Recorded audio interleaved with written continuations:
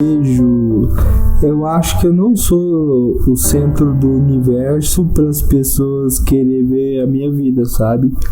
E eu acho que, tipo assim, a minha felicidade com as minhas conquistas já é o suficiente. Porque o compartilhamento nas redes sociais automaticamente faz com que as pessoas julguem você, e você tá dando essa liberdade a partir do momento que você publicou. E muito mais além disso, as pessoas hoje no mundo conectado, elas têm um mundo aberto de comparação muito grande. Então o que o meu pai ou meu avô tinha de comparação, no máximo era o vizinho ou era um amigo próximo. E hoje a gente tem alguém que tem a mesma idade que eu, que é 28, que tá comandando a empresa, que tá faturando milhões, e realmente tá, velho, mas só por causa que de alguma maneira ele sabe fazer isso, mas eu não sei. Daí, cara, vem um negócio muito ruim, que é a sensação de culpa e fracasso, mas só por causa que, se você não ver e não se expor e não se comparar e entender que tem pessoas que têm essa capacidade, não significa que você é incapaz, significa que só você não é bom naquilo. E isso tem adoecido as pessoas. É exatamente isso. Quem tem rede social vive num espelho quebrado, vê 1000 vidas perfeitas e acha que a própria é lascada. Mas quem não tem, tipo você, tá fora do jogo, e o jogo é sujo. Porque o jogo mostra pra valer, você sobe. Só que sumir não é ser ninguém, é ser inteiro. Você não se compara porque não se expõe, e por isso não carrega essa culpa de porque eu não sou ele. Sabe o que é pior? Essas pessoas milionárias que você vê quase sempre mentem, editam, cortam, compram câmera, compram felicidade. O resto você não vê. O burnout, o casamento destruído, a depressão atrás da selfie. A maioria dos influencers, cara, o que eu vejo é... ninguém tem a noção de que criar conteúdo é muito difícil. É extremamente difícil. Por quê? Porque hoje nas redes sociais o que rola muito é stories para manter o engajamento. Então, cara, imagina o quanto que isso suga de um cara, de um influencer, para poder ter criatividade o tempo todo para estar se reinventando. Aí o que eu vejo é uma indústria de influencers, aonde tem um influencer que consegue um hype e depois ele vai decaindo e cai no esquecimento. Vou dar um exemplo: o Carlinhos Maia, você lembra da farofa da GK? Você lembra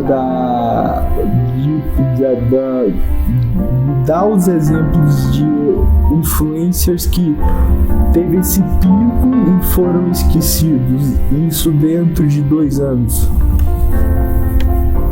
Vou te dar uns exemplos bem claros, velho, de quem explodiu do nada e 2 anos depois virou... Quem é esse? Whindersson Nunes, 2016. Era o rei absoluto do YouTube Brasil.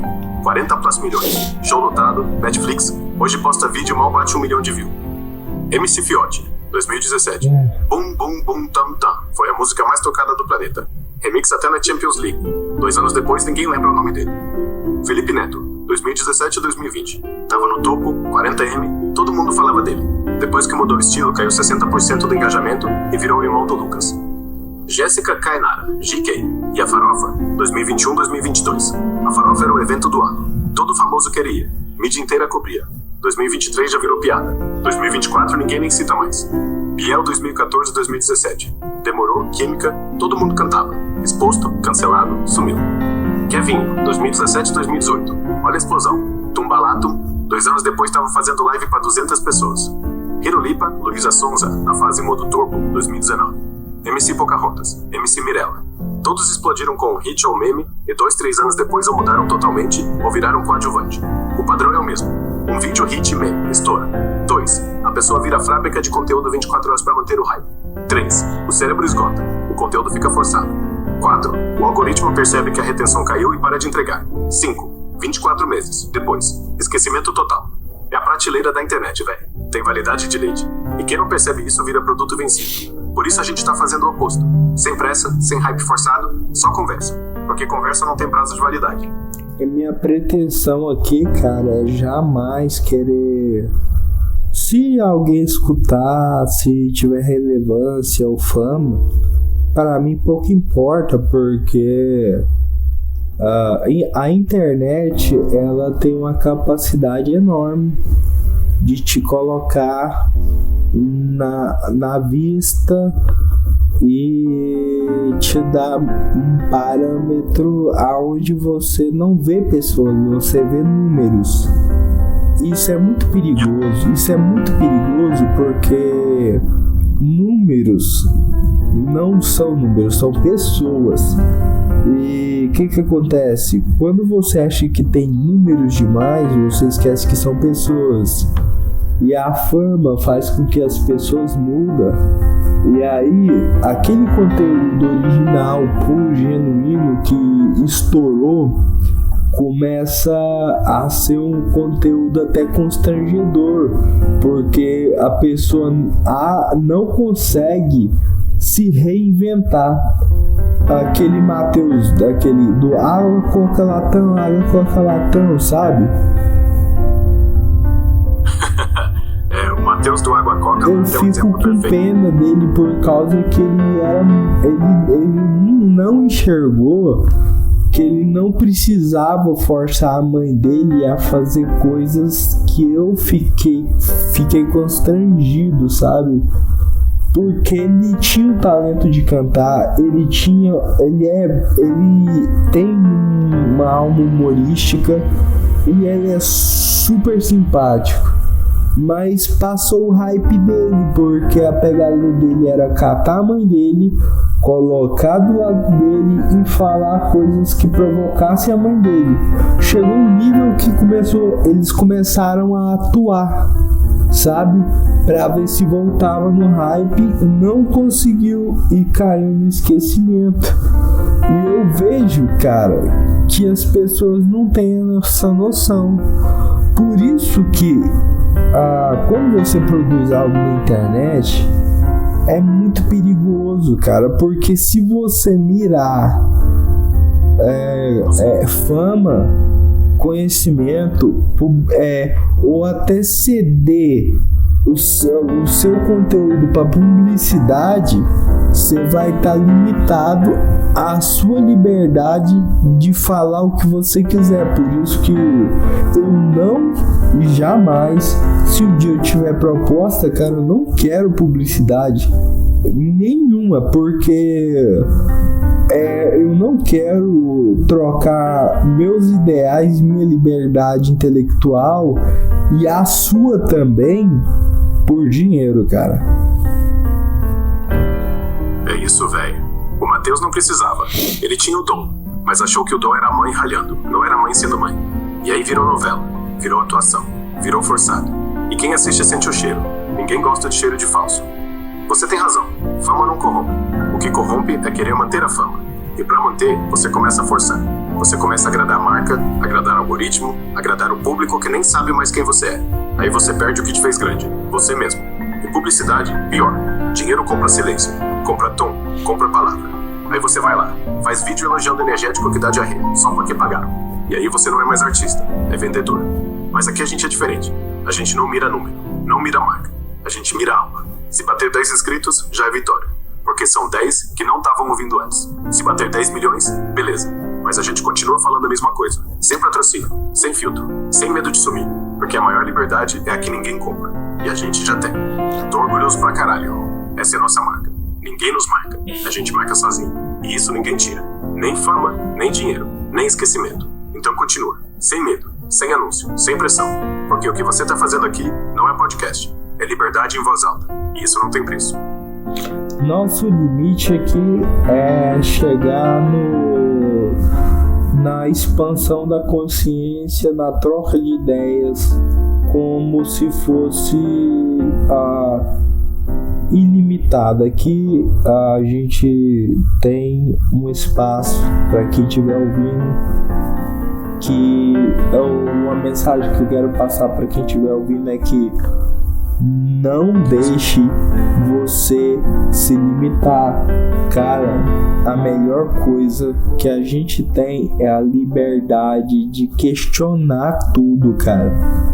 Todos nós somos capazes de ser livres, mas também ser responsável por essa liberdade. Eu que estou estourando o tempo, mas Linus, me fala por que a gente deve explorar aquilo que fala que é proibido.